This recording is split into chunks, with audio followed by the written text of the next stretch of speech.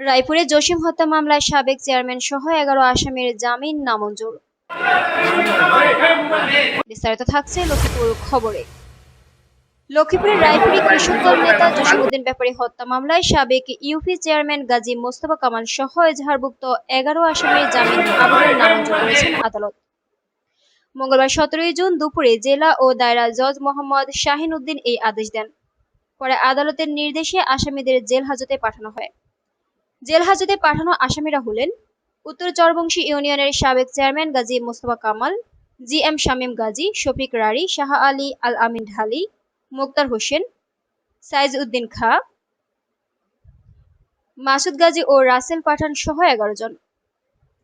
Police জানান, একই মামলায় ২২ এপ্রিল বিকেল ও সন্ধ্যায় ঢাকার দোয়েল চত্বরে ও শাহবাগ এলাকায় অভিযান চালিয়ে মামলার আরও ১৭ জন এজাহারভুক্ত আসামিকে গ্রেফতার করে র্যাব ১১।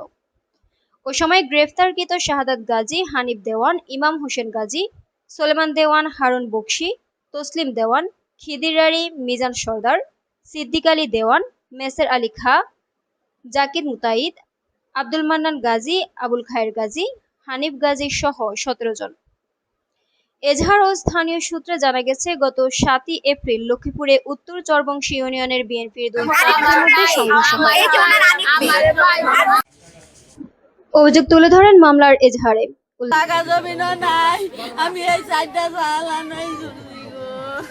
করেন পরে ১৪ এপ্রিল ঢাকার একটি হাসপাতালে চিকিৎসাধীন অবস্থায় তার মৃত্যু হয়।